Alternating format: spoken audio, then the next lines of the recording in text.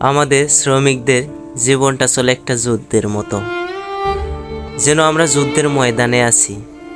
সেরকমভাবেই আমাদের প্রতিদিন এই জীবনযাত্রায় লড়তে হয়। যে কাজটা আমাদের অনেক রিস্ক, যেমন যুদ্ধের মধ্যে মারামারি হলে এক পক্ষ হেরে যায় আর এক পক্ষ জিতে যায়। যে হেরে যায় তাদের মধ্যে অনেকে আহত হয়, অনেকে নিহত হয়।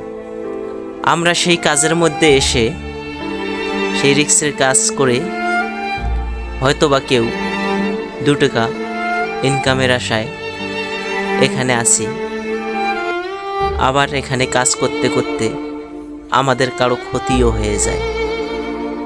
সেই 1 মাসের বেতনের টাকা আমাদের একদিনে খরচা হয়ে যায়। দেখুন, জীবনটা যতটা সহজ ততটা সহজ নয়। পরিবারের জন্য অনেক দূরে এসেছি।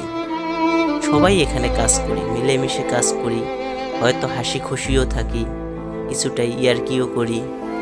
এভাবেই আমরা সবাই কারখানায় কাজ করতেছি হাসি খুশি থেকে।